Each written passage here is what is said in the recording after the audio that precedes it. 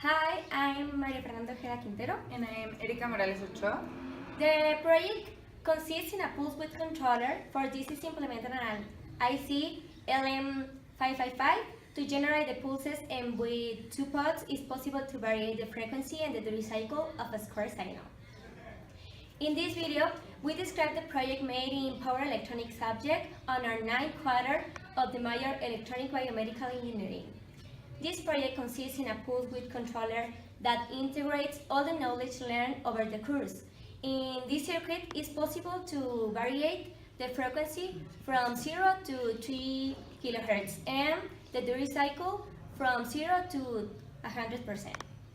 In order to design these systems, we use different electronic components like resistors, capacitors, pods, transistors, diodes, and ICs. For examples, IC we use LM555, LM393, 3 resistor of 10 kilo ohms and 1 resistor of 2.2 kilo ohms. Pods as 1 mega and 10 kilo ohms.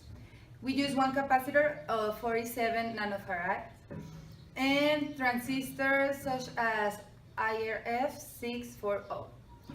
The circuit is great for controlling the power delivered to a device such as a fan, LEDs, bombs, or even transformers, motors, and coils.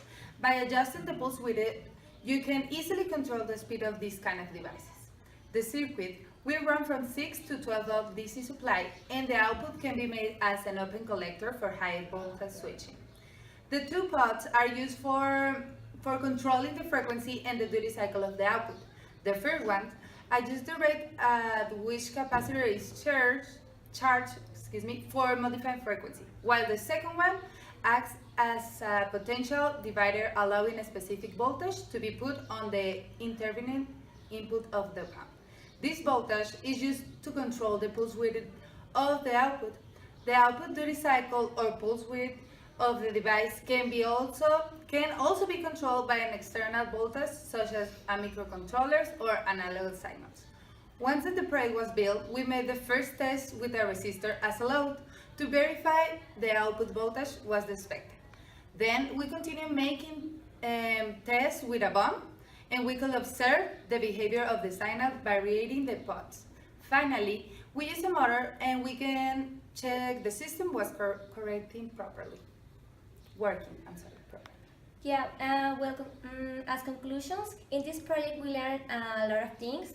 First, we check all the knowledge but in the physical way, because in the classes we just use the PSPICE tools to check the systems, but this time we are using real components and power sources to reproduce the function of this.